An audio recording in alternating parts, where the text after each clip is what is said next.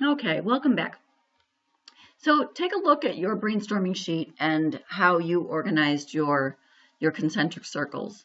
Just to review, we're having enduring understandings, which we're labeling with an E, important to know and do, which we're labeling with an I, and worth being familiar with, which we're labeling with a W. So I did a quick brainstorm for health and wellness for fourth graders. What I have on it is my food plate, that nutritional guidance comes from the government and from the medical field. You should eat a balanced diet. You should exercise regularly. Everyone has a different body type, and they're all fine as long as you're healthy. Hygiene, what you eat and how you move affect how you look and feel. Some people have different dietary needs, portion size, and vitamins and minerals. That was just a quick brainstorm of what kinds of things we might teach to fourth graders.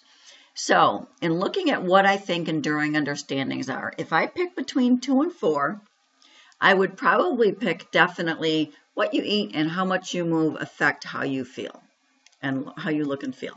That would be an enduring understanding for fourth graders. Another enduring understanding would be probably these two, and I could combine them into one if I wanted to. So I could change that and say you should eat a balanced diet and exercise regularly. I would say that those two are enduring understandings. As far as my food plate, I'm going to put that as a W. That's in the outermost circle, worth being familiar with. And why is it worth being familiar with? Well, it's important that we understand that there's guidance available for us. But the nutritional guidance that comes from the government, which is where my food plate comes from, changes every couple of years. So it's not important that we teach kids to memorize my food plate. What's important is actually this balanced diet. That's what my food plate teaches them. And I remember we used to have the 4 food groups. When I was in middle school, they switched to 5 food groups. And I remember the home ec teacher being all upset because she had to change her worksheets. So we went from 4 food groups to 5 food groups, and then we went to the food pyramid, and then we had different versions of the food pyramid. Now we're doing my food plate, which is more individualized based on a person's age and gender. But they're still all basically the same thing about eating a balanced diet. So I would put my food plate as a W. Nutritional guidance comes from the government and from a medical field. That might probably be a W as well because it's fourth grade. If it was a upper grade level, I might make that an I. Everyone has a different body type and they're fine as long as you're healthy. That's probably an enduring understanding. But for fourth graders, I'm not going to really focus on this. I'm going to make that an I. Hygiene at fourth grade would probably be an I. It might be an enduring understanding up at an upper level, but it really is something that you would spend some time on, but probably not a whole lot of time. Some people have different dietary needs. That would probably be a W. Unless you have a student in the class that has a severe food allergy, you would want to focus on that a little bit more. Portion size is also probably a W for fourth grade. They're probably not making their own portions, and vitamins and minerals are probably a W. So there's just a little bit of, I might decide to change this as I go along throughout the course of my unit. But the E's for enduring understandings are the things that you're really going to focus on and keep going back to throughout the course of the unit. That's what the focus of your instruction is going to be. So then if we go back to the PowerPoint, this graphic really helps you to do prioritizing your curriculum, figure out what's important and what's focused on. So what you do in your instruction is you do teach all of these things, all of the things that you put in the circles. The important thing is the enduring understandings are really the focus. That's really what your target learning is for that overall unit. Those things that are going to carry kids through and they're going to keep refining as they go along. Essential questions are the next thing we have to do. Essential questions don't have a single right answer. They also will raise other important questions. These are things that really lie at the heart of a discipline. and they reoccur naturally throughout the course of the unit.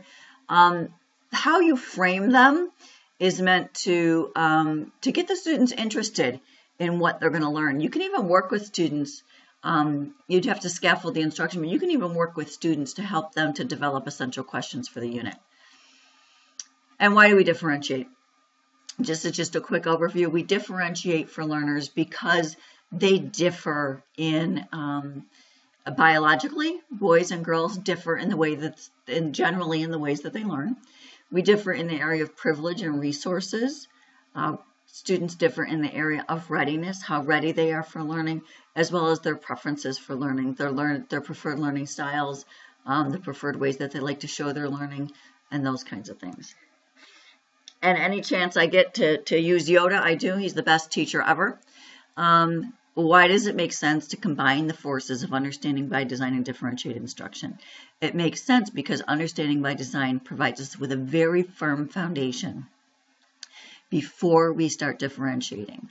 One of the things you'll see is there's not a whole lot of research done on differentiated instruction. The reason for that is it's very, very difficult to find a control group of teachers that will not differentiate. Almost every teacher differentiates, and they do it naturally. The purpose for this class is to teach you how to differentiate using data, focusing on outcomes, and to do it smarter rather than doing differentiation as an add-on. You're going to do differentiation right from the beginning of your lesson planning and designing. Okay, so here, if we go to the assignment on Moodle and you open up the document that says DI Unit Part 1,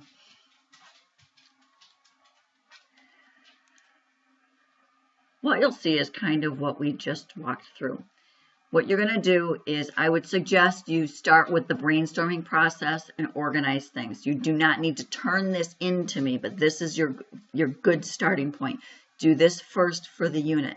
Now remember, the unit that you can do this on ideally would be, if you're in someone else's classroom or in your own classroom, a unit that is going to be taught while you're there.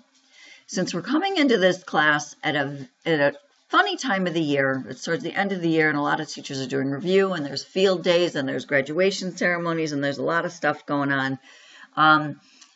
It's important to know if a teacher tells you, we're doing a unit on review, that's fine. You can work with the unit content to do this assignment and to do the curriculum matrix. You can also choose a lesson that the teacher may be using next year. So this can be treated separately. It does not need to be taught while you're there. So pick a unit of instruction. If it's a Common Core learning module, read through the module. Pick out what you believe are the enduring understandings, the things that are important to know and do, and the things that are worth being familiar with. If you want to write this up and send it to me first before you do the assignment, I'll look at it for you. Just send me an email and I'll take a look at it. So what you're going to do is you're going to put your enduring understandings right up at the top. You're then going to take the enduring understandings and turn them into essential questions. I'll go over some essential questions in a little bit when I go over examples. But essential questions, remember, they don't have a single right answer. When I look at your essential questions, I should see basically that you've taken the enduring understandings and turned them into questions. You may add a few more essential questions. That's entirely up to you. And then from that, you then generate knowledge and skills, things that students will know and do through at the end of your unit that reflect the essential questions and the enduring understandings. When I look at the knowledge and skills, what I'm looking for is all together, do these things cover your essential questions and your enduring understandings? So if I'm looking at your knowledge and skills and there's an enduring understanding that isn't addressed, that won't get you full points for this. So there are examples here.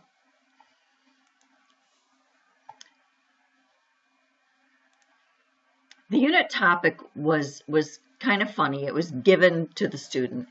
It was in a literacy class, so a self-contained pull-out reading program, and the unit topic was family meaning, so all about different families.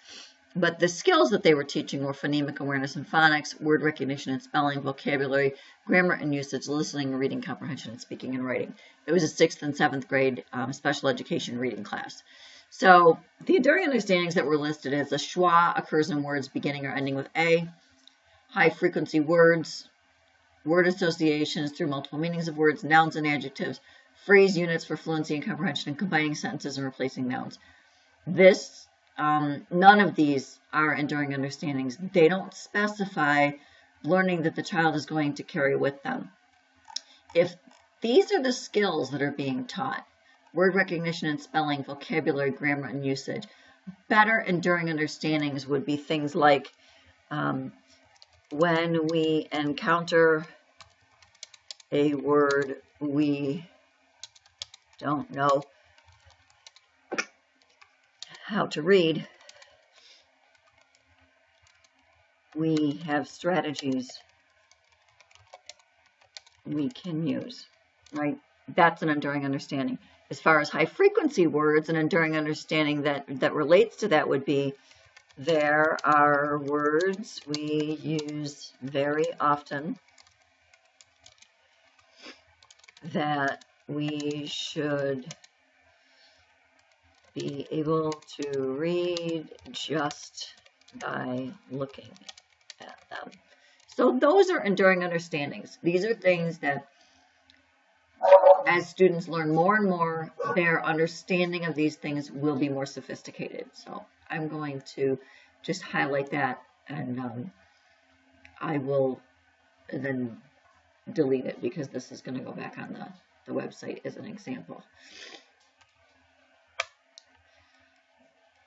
And I did put some examples here. We can use strategies when we don't know how to read a word. Some words have multiple meanings, and we can use clues to figure out what they mean.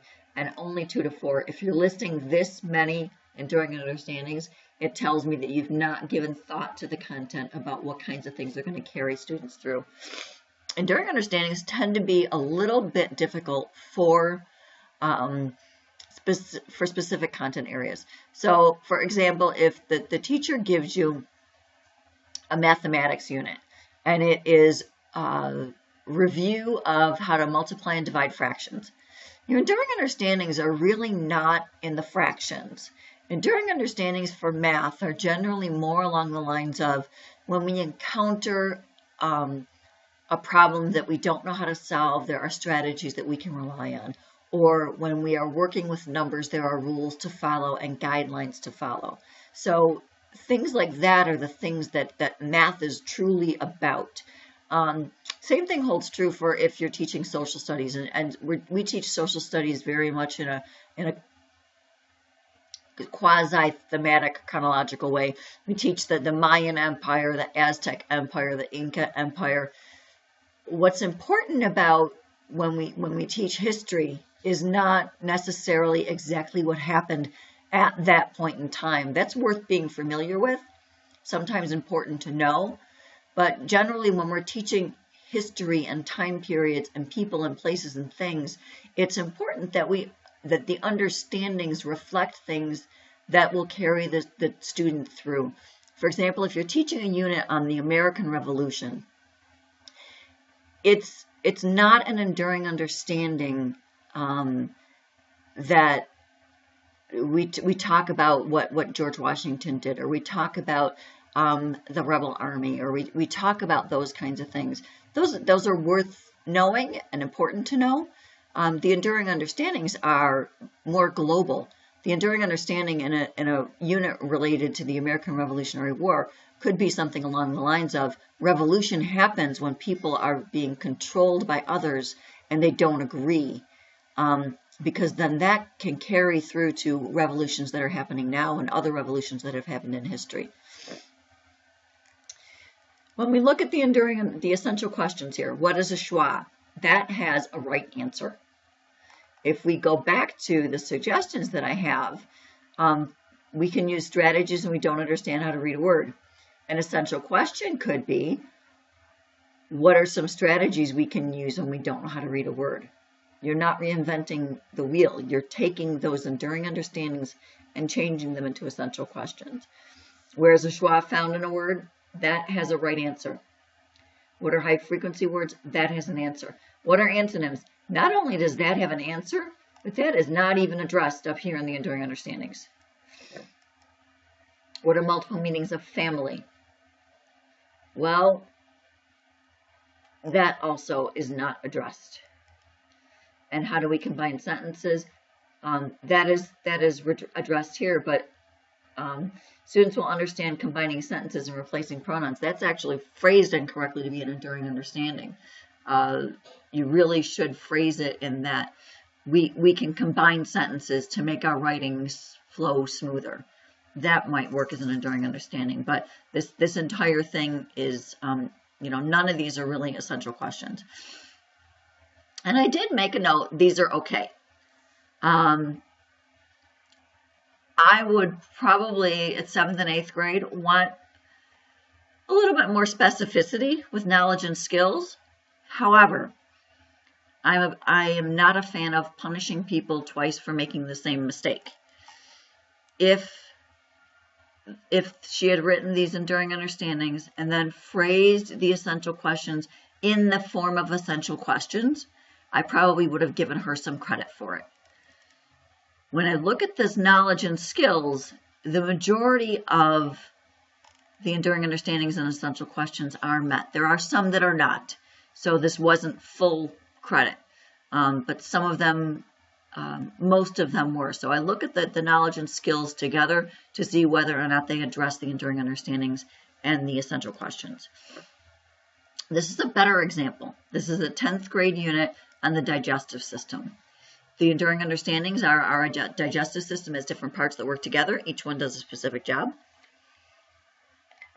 Our digestive system functions like many other systems, and all parts of a system have to work properly and work together to get the job done. Those are all enduring understandings. They're all things that are going to become more sophisticated over the course of the unit and things that are important for the student to know as they go through life. The essential questions are based directly on the enduring understandings, and the knowledge and skills that are here all together will address all of the enduring understandings and essential questions. You have that example on the Moodle site for class. The unit foundation rubric is here, so if you open it up, you'll see there's the rubric. This is what your rubrics will look like. Hopefully they'll all be target. So what I do is I will attach the rubric to a document and upload it to Moodle, so you'll be able to see how you got the points that you got. So this is what the rubric will look like for your assignments. This is due on Wednesday, the 25th of May, before midnight.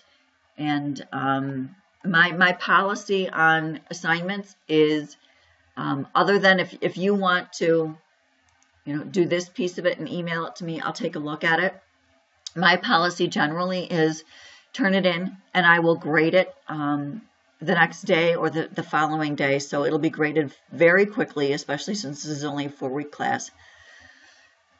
If there are 20 students in the class, if 10 of you do this wrong and miss the boat, I will do a reteach and allow everyone to resubmit. If 2 or 3 kind of miss the boat, my policy is generally I will send you some feedback and ask you to redo it. So please don't send me a draft of your assignment and ask me to read it. If you have a specific question about something, please email me, call me. I will establish some Skype hours early next week where we can talk. Probably Monday evening. I'm waiting for a couple of meetings to be scheduled, but I should be available Monday evening as well as Tuesday afternoon. So if you have questions, and you can email me or you can call me, or if you want to talk face to face, we can do a Skype meeting. But I don't think anyone should have a huge problem with this. There's an example there. The rubric is there. If you want more examples, let me know. And I will definitely put some up there. Actually, I think what I'll probably try to do is find a few more examples, just because we're not meeting face-to-face. I'll put a few more examples and the rubrics up on Moodle, so you'll have a little bit more guidance about how this is done. The other assignment that is due soon is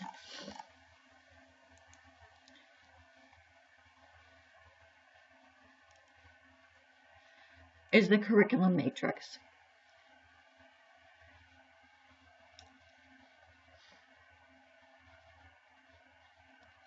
Okay, open up. Here we go. The matrix has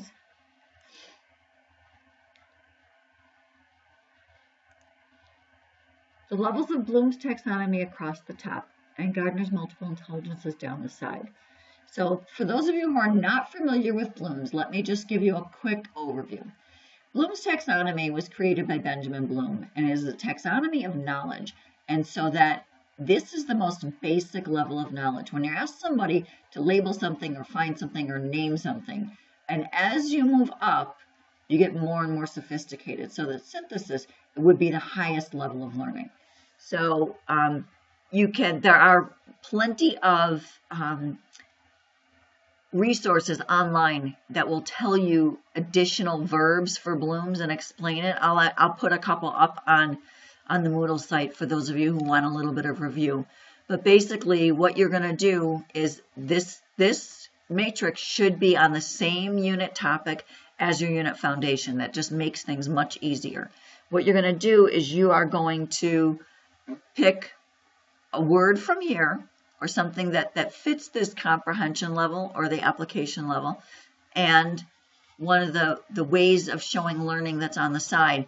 And right here where the cells meet, you're going to brainstorm or generate just a very short description of an activity that you might do in a classroom that's going to meet those two. So the Bloom's taxonomy levels are knowledge, comprehension, application, analysis, evaluation, and synthesis. For multiple intelligences, verbal linguistic, visual spatial, logical mathematical, naturalist. Naturalist is one that people tend to get confused. People seem to think that the naturalist intelligence is kids who like nature. That's not necessarily true. Naturalist comes from the practice of using a taxonomy in nature, where you organize and classify things based on their characteristics. So if you look, that's the very first thing. It's classification and collection and observation. So these are kids who are very good at picking out characteristics of things and organizing things according to specific traits. This could happen in nature. It might not necessarily happen in nature. Musical does not need to be singing and dancing. It can be rhythm and rhyme and repetition. Bodily kinesthetic, those are students who like to show their learning through action and moving. People get intrapersonal and interpersonal confused, and there's also some misunderstanding about intrapersonal. First, let me talk about the confusion. Intrapersonal means within self, one person generally. Interpersonal requires more than one person. Interaction, internet, and you ready for your joke of the day? Intercourse. Those all require more than one person. You better be laughing because that's all you're getting from me today. Interpersonal and intrapersonal. Sometimes kids are strong in both of those areas. People get confused about kids who demonstrate a strong intrapersonal intelligence. If you're doing a multiple intelligences inventory with a student, and it turns out they have a strong intrapersonal intelligence, that does not necessarily mean they like to work by themselves. It means that they have a strong sense of self. They understand who they are and how they fit within their community. Kids with a strong intrapersonal intelligence tend to be very strong leaders because they're self-confident and they're self-assured. So you're gonna generate just short, quick ideas for activities that will fit in each of those areas. Every cell should be full. What you'll find is that the first half of it is really easy, and then the next 5 or 6 are a little bit more difficult. The last 2 or 3 you're really struggling with. So what I would encourage you to do is to go right here and look at some examples of what people have done in the past. So this one is about rock formations. So at the logical, mathematical, and application level, students will place the creation of a fossil, the extinction of dinosaurs, in order on a timeline.